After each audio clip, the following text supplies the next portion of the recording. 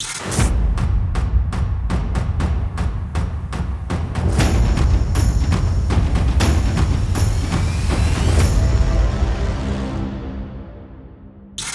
everybody, and welcome to Real Madrid Hub. I am your host, Eric Rivera, and this is your spot for all things Real Madrid news. Now, my good friend Jota Real Madrid just posted, he's posted two videos today. One was about that we can't catch a break with the injuries, and it's essentially that Karim Benzema will not be available for the game tomorrow against Valladolid.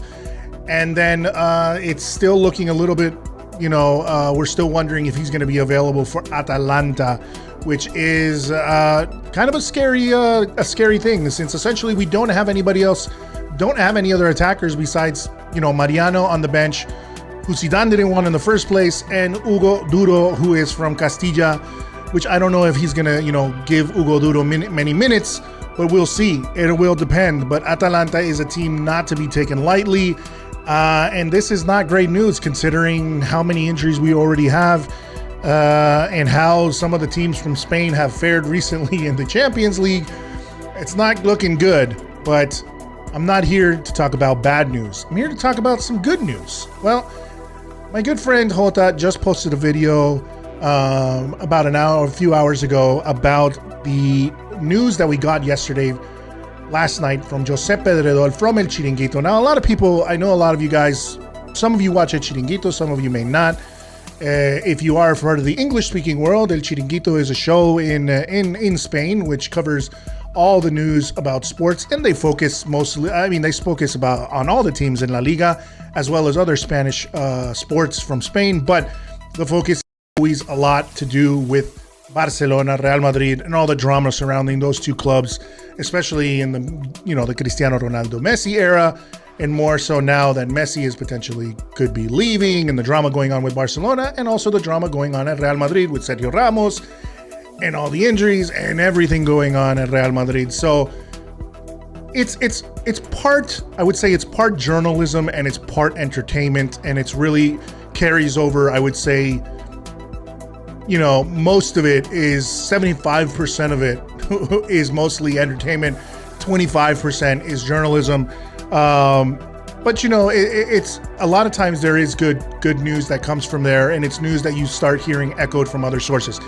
And Pedrerol, who is the host of the show, last night was talking about how Madridistas should be, I guess, happy or should be motivated, because he said that the summer of Real Madrid was going to be, as Jota Real Madrid, my good friend, said, it was going to be crazy. It's going to be hectic. It's going to be chaotic, however you want to say it.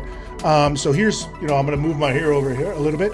But he was talking about, here it says, aliento para los madridistas, which is like good news or support for Madridistas. Pedrerol is convinced about the latest exclusive, and that exclusive is essentially that Real Madrid is saying that they are going to be signing either Mbappe or Haaland in the summer, that they are 100% convinced that they're going to sign either or.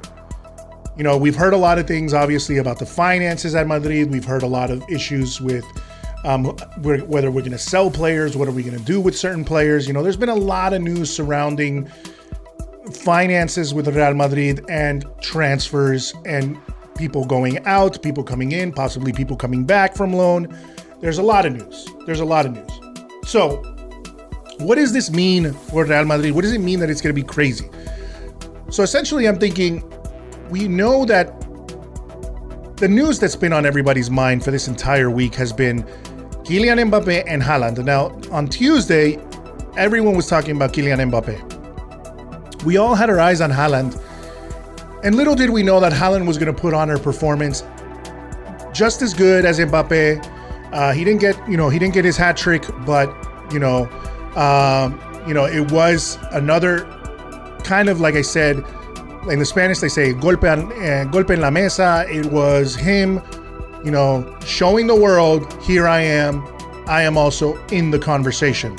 I am also somebody that you guys should be talking about. He even came out later and said essentially that the performance by Mbappe motivated him for his performance against Sevilla. Now, I'll tell you something. I mean, in my opinion, and you guys can debate it all you want in the comments and on Twitter. My opinion is Mbappe performance was amazing, and it was against the Barcelona that I wouldn't put as high up there. I think Sevilla is a more difficult team in La Liga than Barcelona is. I think Sevilla is a better team right now than Barcelona. I think it was a more difficult task to beat this Sevilla with a team like Dortmund that doesn't have, I wouldn't say has as much star power as PSG. I would say Dortmund, it was a tougher game against Sevilla. Sevilla actually fought back. But either way, Haaland showed once again, his power, his strength, his goal scoring ability, and what it is that he's a killer in front of goal. Same thing as Mbappe. They both inspire one another. Essentially, Haaland said that he saw the game and he saw Mbappe's performance, and that was what inspired him to play the way he did, which reminds me a lot of the Cristiano Ronaldo Messi era, where both of the players had said that they motivated each other. And we would essentially see in La Liga, if Messi scored a hat-trick, Ronaldo would try to score a hat-trick. If Ronaldo scored a hat-trick, Messi would try to score a hat-trick. If there was a brace, if there was a chilena, a bicycle kick goal, they would both try to do it. They essentially motivated each other. And I honestly think, for all you Messi lovers out there, and I like Messi too. He is an incredible player. I think Cristiano leaving took away a lot of that motivation of him, of having somebody else that could play and push him to that level. Not because he wanted to get more titles or more individual titles than Cristiano, but because it just makes for a good rivalry, and that was a solid rivalry, and we're not seeing that anymore. And to be honest with you, I miss it. So I'm thinking that Mbappe Haaland could potentially this is going to be that new rivalry with wherever these two guys end up going. Those guys are going to represent their teams, and they are going to be on everybody's lips in the sense of who is the better player, who is playing, who is going to be scoring more goals, who is going to be, who's the better dribbler, who's the better runner, those conversations. And obviously it's going to depend, if they stay healthy, if they stay motivated, if they stay, injury free, and that doesn't affect them. Because what Ronaldo and Messi did was so crazy for 15 plus years of being at the top of their game. It's really, or 10. I don't know. It was 15 years for Ronaldo. Messi's a bit less, but let's just say it's 10 plus years of them being the guys that were dominating everything. Right? Could this be the new thing? We don't know, but everybody's starting to talk about it because those are the two youngsters that are kind of making a name for themselves. There might be a diamond in the rough out there that we haven't seen yet, but these are the guys, and these are the guys everybody wants, and these are the guys that Real Madrid wants, Madridistas, you guys, me, every Madridista, Jota Real Madrid, we want these guys on our team, at least one of them. And Florentino, according to Pedrerol, Florentino and Real Madrid are saying that is what is going to happen this summer. That this summer, one of the two players is going to come. So, how are they going to do that? Well, there's a lot of things circling around. Obviously, there's the sales of certain players. Is Vinicius going to get sold? Is Varane going to be for sale? We do know they're going to try and offload Marcelo, Isco, Bale, who's potentially coming back with his huge salaries. These guys are all on their way out, and I'm thinking that's where they're going to try to raise money, that the idea is to raise money from those sales. Now, are they going to get rid of other players? If they are going to go for Haaland, I think as much as I love Jovic, and I think it's absolutely ridiculous what we did with Jovic in the sense of bringing him over when he was having a great, season at Frankfurt, bringing him over, not playing him whatsoever or playing him very much, then selling him or loaning him to Frankfurt, where right now we're seeing that he's not getting a lot of playing time either because Andre Silva is doing pretty good there, and they're keeping him, and they don't want to change things up. So what's going to happen with Jovic? If we get Haaland, what would Jovic be doing, at our team? Unless we're going to be playing with two strikers, I see it being a very difficult for Jovic to stay. And if they're going to try to make an attempt to sign Haaland, then Jovic is essentially going to be part of that deal. They're going to want to offload him as soon as he comes back from Frankfurt in order to make money space for Haaland. If they are going to go for Mbappe, it's even more so that they're going to want to sell him, because they're going to need as much funds as they can get for Mbappe. Mbappe is going to be, I think in this case we can say, almost twice as expensive as Haaland. He's going to charge a lot more than Haaland because he's already got a huge name, marketing behind him. You know, there's a lot behind Mbappe. Excuse me. So there is a lot of stuff behind him. I mean, there's a lot of marketing behind him. He's already got a lot of money behind him. Mbappe is the man right now. He is the superstar because he's had performances in the World Cup. He's had already gone to a final with PSG for the Champions League. He's also already won titles with PSG. Haaland isn't quite there yet. So Haaland will be the cheaper option. He will charge less. I was seeing today on Twitter essentially that there are rumors that Borussia Dortmund has given the green light for him to go for 100 million euros. When we've also heard that possibly Mbappe's stock may jump up to 200 million euros. That's what PSG might be asking. So you're thinking, you know, who would I rather have? Would I pay 100 million for this kid who has a lot of potential, or 200 million for this kid who we already know who has a lot of potential, but who are both pretty much at the top of their game right now and could potentially get better? Who would you pay for? Would we invest in the cheaper option or go for the more expensive one? I don't know. I mean, it's looking to me more that Haaland is the more viable one for Real Madrid, considering Real Madrid's finances and considering where things stand. Now, the thing about Mbappe is that we do know that Mbappe has a love for the club. He's had a dream of playing for the club. You know, he looks up to people like Zidane. He's looked up to Cristiano Ronaldo. He wants to be part of a winning project. He wants to be the star. And Real Madrid, from what we're hearing from Pedrerol, is the way that they're going to attract these so-called Galacticos now.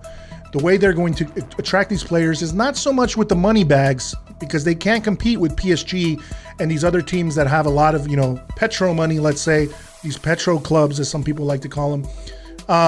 They're not going to be able to compete like that. But what they can compete in, and what few other teams can compete with Real Madrid, is the legacy, the history, the namesake of being associated with Real Madrid, who is a team that has won 13 European championships, has won 34 La Liga titles, has won, you know, obviously the three-peat of Champions Leagues, the 4 Club World Cups. You know, all of those things have been what they will be attractive to a lot of these players. It's basically telling them you will be part of that legacy. And that essentially, I think either one of these guys, whoever we bring, whether it's Haaland or Mbappe, we are basically telling them, or Florentino is trying to tell them, you are the new face of Real Madrid. We are building things around you and around this new project, around a new solid Real Madrid that is going to compete again in Europe. That's what Pedrerol was saying, that Florentino and Real Madrid want to show this summer that Real Madrid is not, the form is not dropping. They are not lost. They are not going to be kicked around, that they are going to continue being a threat in Europe, and they want to, once again, that saying, dar un golpe en la mesa, which is where they want to basically, you know, slam the hands on the table and say, you know, we're still here, don't count us out. And essentially what they're trying to do is attract these two players that have shown interest in Real Madrid as being those two guys to come and do it. And you know, throw a project around both of them. Now, that's what we know they want to do. Where is that money going to come from? Is it going to come from selling players? Is it going to come from, where is it going to come from, this deal that we're hearing right now with Real Madrid Femenino, where a sponsorship deal with a Saudi Arabian company for 150 million euros? Is it going to come from there? Is that money going to come from there? Who knows? But what they are trying to do is build enough capital to get enough money to get either one of these players. And as Pedrerol is saying, we should all be excited, all of us Madridistas, because that is what their goal is. Either one or the other will be coming to Real Madrid this summer. And I agree and I agree with my friend Jota when he was talking about who would I rather have. Well, I would rather have, in this case, I'll tell you the truth. If I were to talk about who I would rather have from a footballing perspective, I believe that Mbappe is the more complete footballer in the sense that he can play on the right wing, he can play on the left wing, he can play as a striker. You can have him link up with, say, if you want to have a Hazard, Benzema, Mbappe, front three. I think that would be great.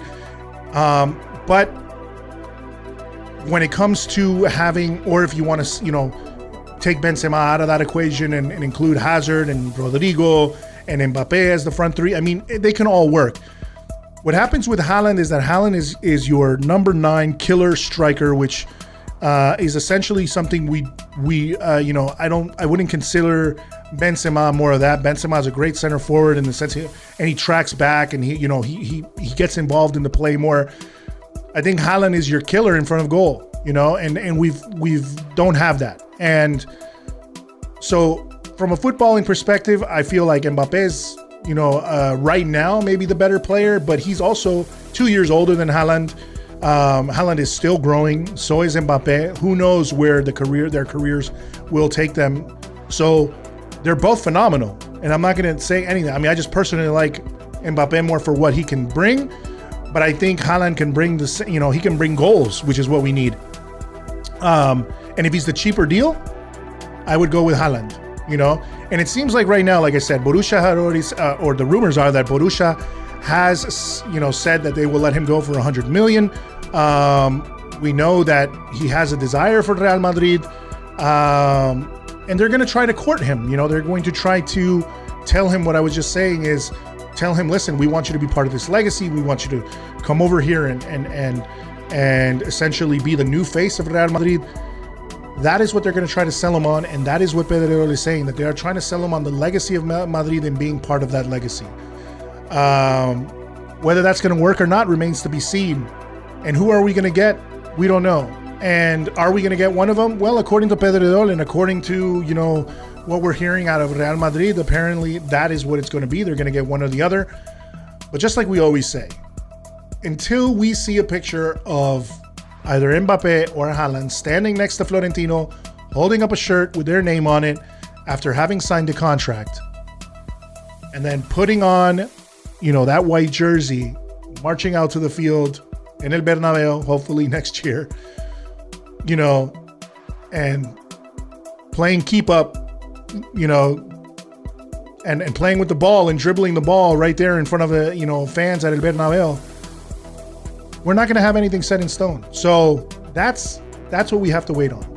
And hopefully this is good news for us as Madridistas, because we need it. We definitely need somebody like that to come in order to build something like that. And who knows if we're going to bring other players back. Is Odegaard going to come back? Is Brahim going to come back? Is Reguilon going to come back? Are we going to get those guys back? And then are we going to offload these other players? Or will we also use some of those names I just mentioned to, gain more money to perhaps go for Mbappe as opposed to Haaland? It really all depends. And I think, Real Madrid, from what we know from Pedrerol, is working on it. They're getting together with, I guess everyone that's involved in the operation to figure out how they can build the capital to get this guy and to get one of these two guys. So that's all the news I have for you. It was just really commenting on how this is like crazy news that's going on, and really is all of a sudden, because of these two guys' performances, that is the news. That is what everybody is focused on right now. We have a game against Valladolid where we're not going to have Benzema. That's going to be very tough this weekend. And then we have a game next week where we hopefully have Benzema against Atalanta for the Champions League. And that also is going to tell us a lot about what Real Madrid's future is going to look like. Some tough games coming up and then a lot of news coming up. So stay locked here on Real Madrid Hub. Remember to subscribe to Real Madrid Hub on YouTube. Check out my good friend Jota Real Madrid's page. He's got 2 channels, Jota Real Madrid and Dr. Jota. And also check out my podcast, Y Nada Más Podcast, and follow me on all social media outlets at Y Nada Más Podcast. That's the news I have for today. Thank you for listening.